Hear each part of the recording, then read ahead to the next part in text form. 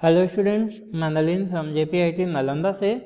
आज के इस वीडियो लेक्चर में हम लोग पढ़ने वाले हैं सर्कुलर मोशन के बारे में। इसके पहले भी मोशन का वीडियो अपलोड हो चुका है, तो प्लीज़ जो बच्चे नहीं देखे हैं वो देख लेंगे मोशन का वीडियो। और चलिए स्टार्ट करते हैं सर्कुलर मोशन। और चलिए देखते हैं, पढ़ते हैं क्या है circular motion.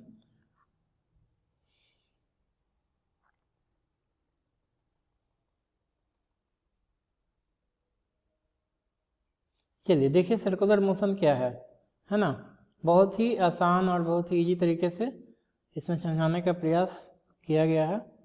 Uniform circular motion can be described as the motion of an object in a circle at a constant speed.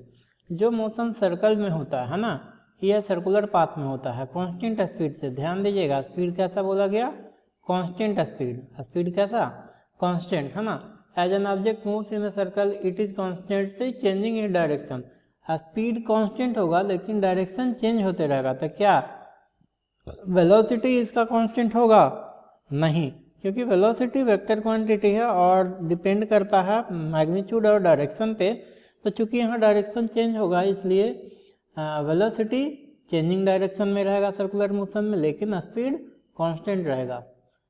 Eight all instance the object is moving tangent to the circle. अगर instantly हम किसी point पे, circular motion के point पे किसी object का direction की बात करें, तो डायरेक्शन कैसा मिलेगा हमें? टेंजेंशियली मिलेगा, इस तरह से। आगे फिगर है, उसमें फिगर के माध्यम से हम आपको समझाते हैं अच्छे तरीके से। देखिए, at all instant the object is moving tangent to the circle since the direction of the velocity vector in the same as the direction of the object motion. The velocity vector is directed tangent to the circle as well. नहीं, देखिए circular motion दूसरे भाषा में और भी हम लोग समझते हैं। The motion of any object in a circular path. किसी भी ऑब्जेक्ट का मोशन कहाँ? तो सर्कुलर पाथ में, इस तरह से, है ना। Refers to circular motion. A body is said to be in a circular motion if it moves in a manner that the distance from a particular fixed point always remains the same. Circular motion में एक particular fix point से उसका जो distance होगा हमेशा same होगा। तो circle का क्या होता है? रेडियस तो हमेशा फिक्स ही होता है ना, ईच एंड एवरी पॉइंट पे।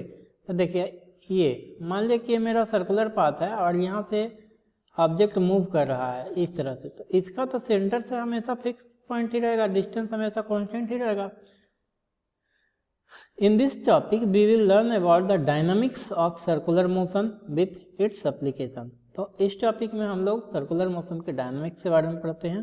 चलिए देखते हैं what is uniform circular motion. फिर से देखते हैं सर्कुलर मोशन को और अच्छे तरीके से डिफाइन करते हैं।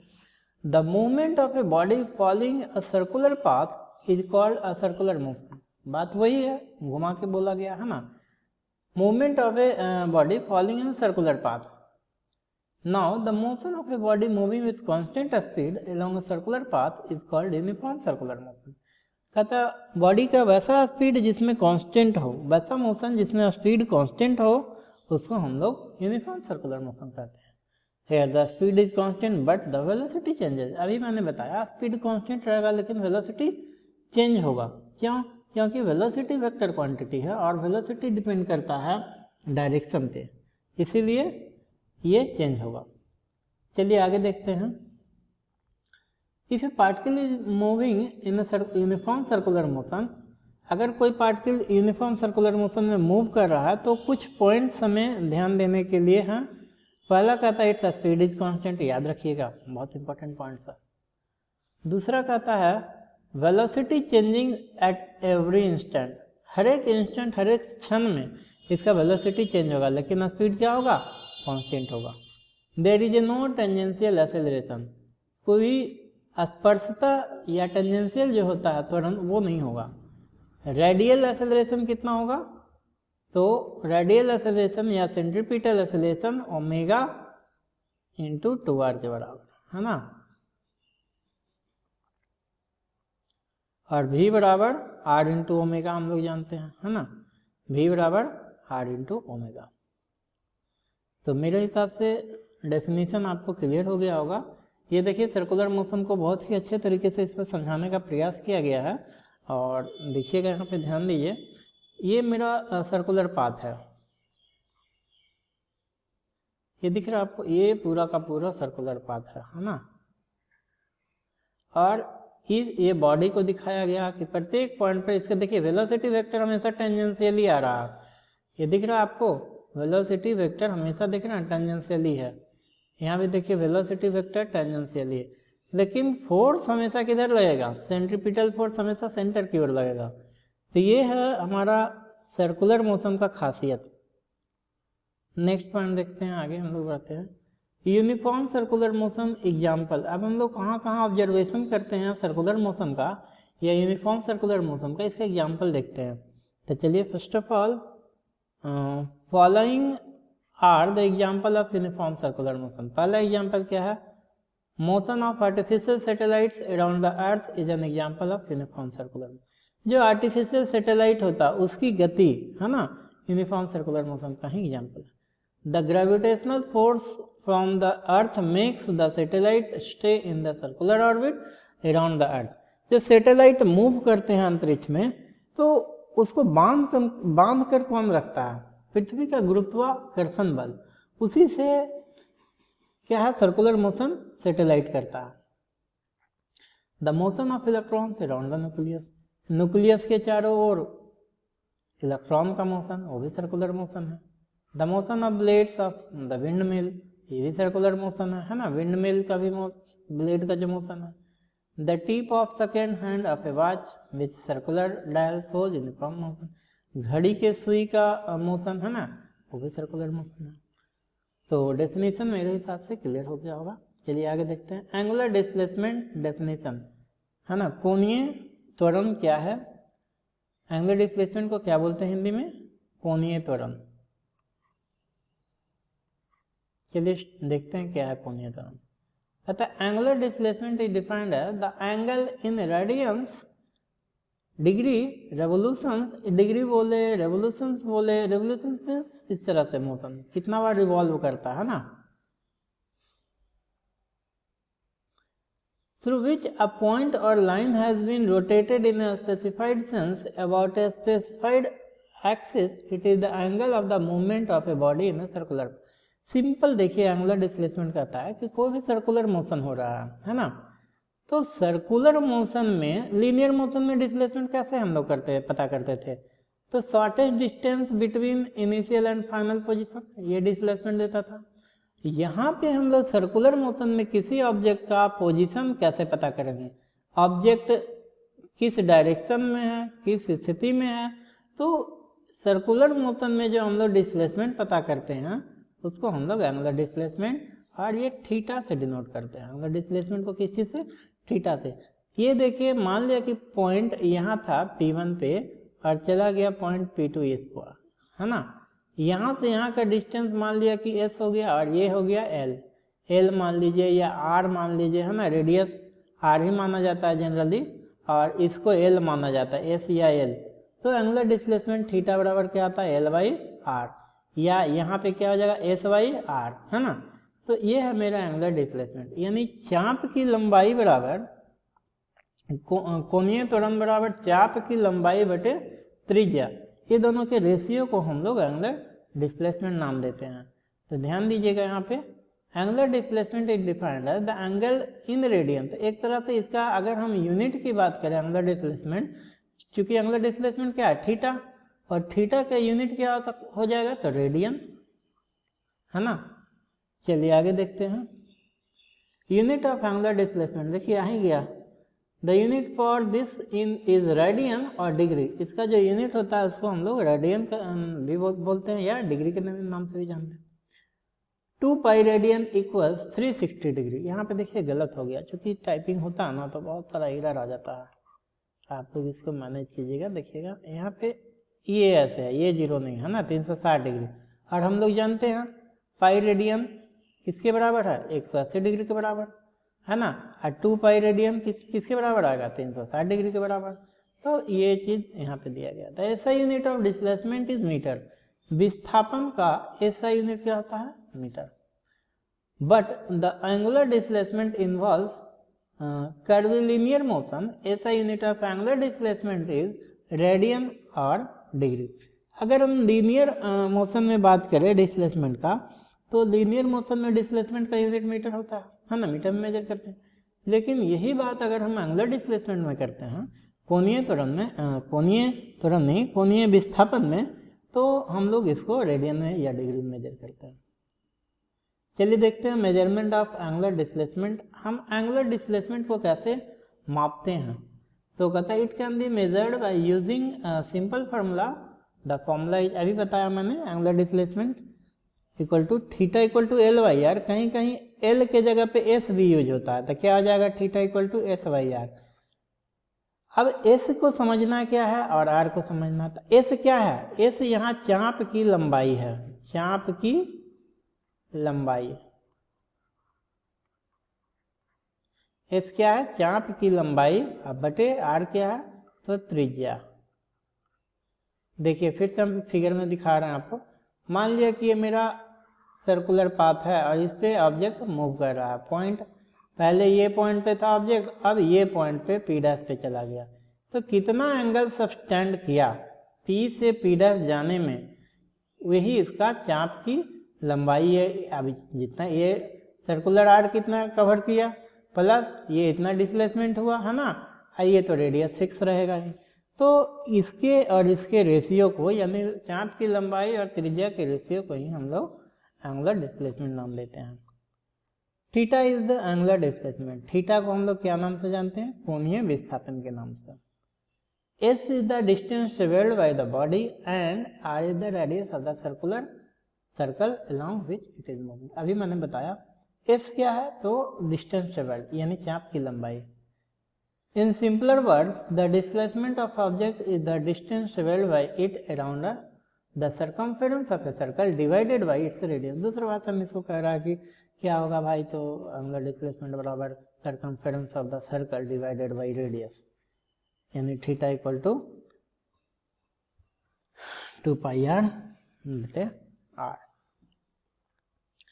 लिख सकते हैं ना, अगर एक कंप्लीट रेवोल्यूशन करता है तो एक कंप्लीट रेवोल्यूशन में चाप कितना हो जाएगा, 2πr के बराबर, अब बटे आर तो कितना होगा, हम लोग जानते हैं 360 बनाता है एक कंप्लीट रेवोल्यूशन में।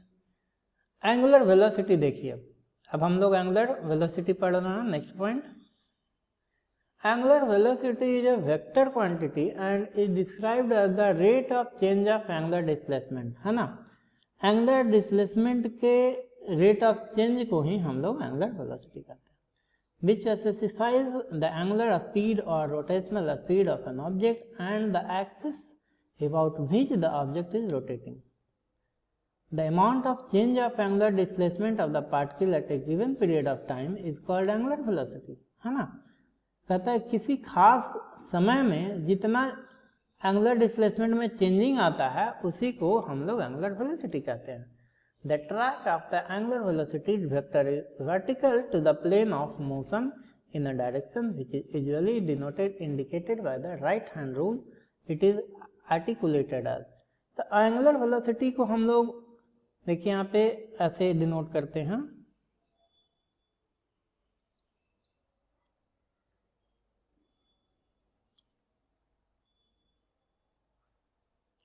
एंगुलर वेलोसिटी को हम लोग ओमेगा से डिनोट करते हैं और D theta by D T लिखते हैं, या ओमेगा बराबर थीटा बाई टी भी लिखते हैं। ये स्मॉल डिस्प्लेसमेंट के केस का है, D theta by T T. तो देखिए यहाँ पे डी थीटा क्या है, is the change in angular displacement, D T क्या है, is the change in time, है ना। सिंपल आप लोग ये याद रखिए, एंगुलर वेलोसिटी ओमेगा बराबर थीटा बाई टी। क्या जानते हैं, तो सिंपली हम लोग वेग बराबर विस्थापन बटे समय, तो ये तो एंगुलर वेलोसिटी, ये भी तो वेग ही है। अब विस्थापन क्या, तो एंगुलर विस्थापन है ना, कोणीय विस्थापन थीटा होता है, अब बाई टी। चलिए नहीं देखते हैं relationship between angular velocity and linear velocity. कहता है कोणीय चाल और रेखीय चाल में क्या अंतर है। तो कोणीय चाल को हम लोग ओमेगा से डिनोट करते हैं और रेखीय चाल को वी से डिनोट करते हैं, और ओमेगा बराबर होता है भी बराबर होता है आर इंटू ओमेगा, भी बराबर आर इंटू ओमेगा, जहाँ भी लीनियर वेलोसिटी है ना, और आर रेडियस है, omega angular velocity. The angular velocity and linear velocity is articulated by the formula यही फार्मूला इसका है, आर्टिकुलेट किया गया v बराबर r इंटू ओमेगा से, है ना। ओमेगा बराबर v बाई आर भी लिखते हैं। v is the linear velocity, r is the radius of the circular path. Angular velocity is articulated in radians per second. Angular velocity formula is used to compute the angular velocity of any moving body. चलिए next point देखते हैं हम लोग। Angular acceleration definition, कोणीय त्वरण, है ना। अब हम लोग तीसरा टर्म पढ़ने जा रहे हैं। अभी तक हमने क्या पढ़ा, what is angular velocity, what is angular displacement, what is angular velocity, है ना। एंड अब हम लोग पढ़ने जा रहे हैं, नहीं सबसे पहले पढ़ा एंगुलर मोशन क्या, सर्कुलर मोशन, उसके बाद एंगुलर डिस्प्लेसमेंट, एंगुलर वेलोसिटी। अब हम लोग पढ़ने जा रहे हैं एंगुलर एक्सेलरेशन के बारे में। तो क्या कहता है, it is the rate of change of angular velocity.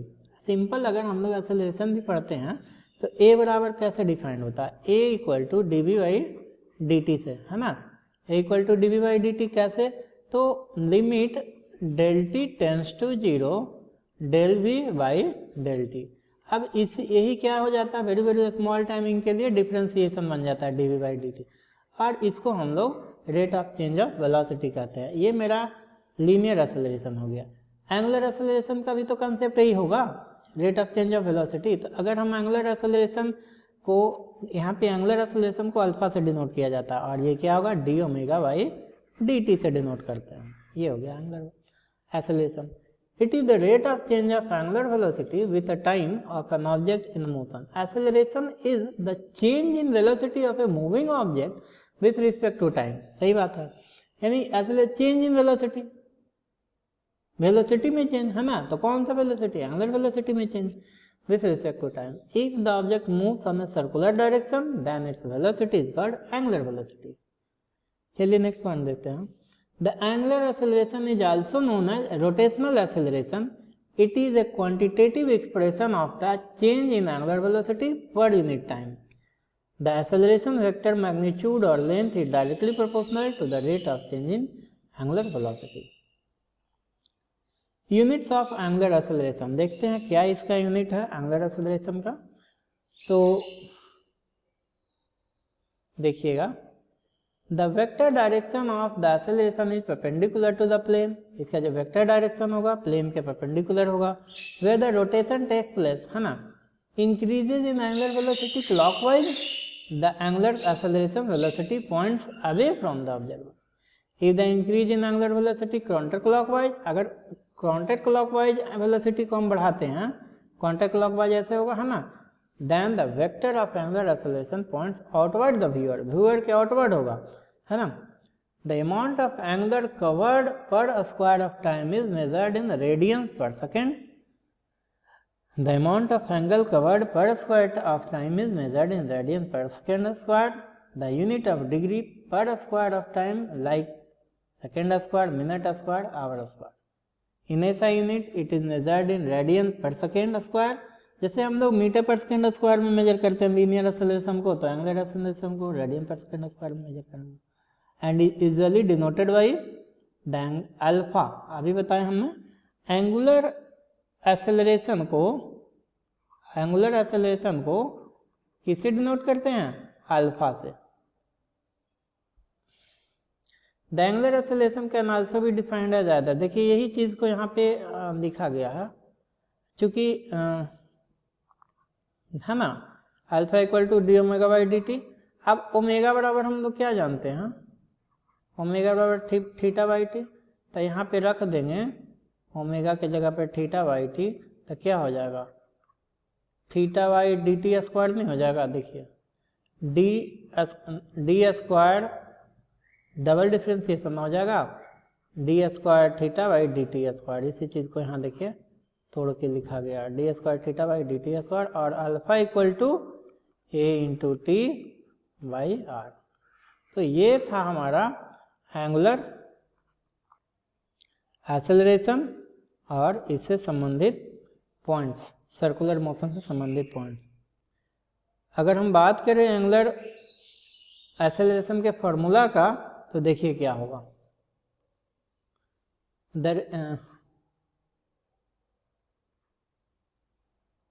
देखिए पहले थोड़ा सा डेफिनेशन पढ़ लेते हैं। The rate of change of angular velocity regarding time is angular acceleration where is a vector quantity, है ना। ये चूंकि वेलोसिटी क्या है, वेक्टर क्वांटिटी है ना, it is denoted by alpha which is a vector quantity, यानी कि एंगुलर एक्सेलरेशन क्या है, वेक्टर क्वांटिटी है। द एंगुलर एक्सेलरेशन फॉर्मूला क्या अभी ना बताया सारा चीज, ओमेगा बराबर थीटा बाई टी। ओमेगा क्या है, एंगुलर वेलोसिटी, थीटा क्या है, एंगल रोटेटेड, टी क्या है, time. When the angular velocity is constant, अब कहता है कि अगर angular velocity constant हो जाए, the angular acceleration is of, if the velocity is not constant, then the zero, है ना। क्या बोला कि अगर constant हो जाएगा angular velocity तो acceleration क्या होगा, जीरो। अब कहता है if the velocity is not constant, then the constant alpha is defined as, तब क्या होगा, अल्फा बराबर ओमेगा बाई टी या थीटा बाई टी, है ना। थीटा बाई टी स्क्वायर होगा, ध्यान दीजिएगा। कैसे थीटा बाई टी स्क्वायर कर लीजिए, अल्फा कैसे डिफाइंड है, ओमेगा बाई टी से, और ओमेगा कैसे डिफाइंड है, थीटा बाई टी से। तो एगो टी पहले से, एगो ओमेगा वाला थीटा बाई टी, तो टी स्क्वायर नहीं आ गया, यानी अल्फा बराबर थीटा बटे टी स्क्वायर। अगर हम एवरेज निकालना चाहें अल्फा एवरेज, तो अल्फा एवरेज क्या देगा, एवरेज कैसे निकालते हैं, omega 2 minus omega 1 divided T2 minus T1 and alpha i equal to D omega by D t या डी स्क्वायर थीटा बटे डी टी स्क्वायर बता चुके हैं, है ना। Alpha equal to d square theta बटे डी टी स्क्वायर, ये displacement या एंगुलर विस्थापन के रिस्पेक्ट में ये हमारा एंगुलर एक्सेलरेशन निकला, डेरिवेशन निकला। थीटा क्या है, एंगुलर डिस्प्लेसमेंट, और ये एक्सेलरेशन का केस है किस केस में, एंगुलर वेलोसिटी के केस में। तो ये छोटा छोटा पॉइंट आप लोग कॉपी में जरूर नोट कीजिएगा।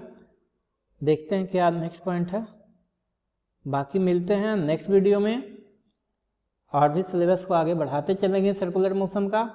वीडियो अगर अच्छा लगा हो तो इसको कॉपी में नोट कीजिएगा और लाइक और सब्सक्राइब जरूर कीजिएगा।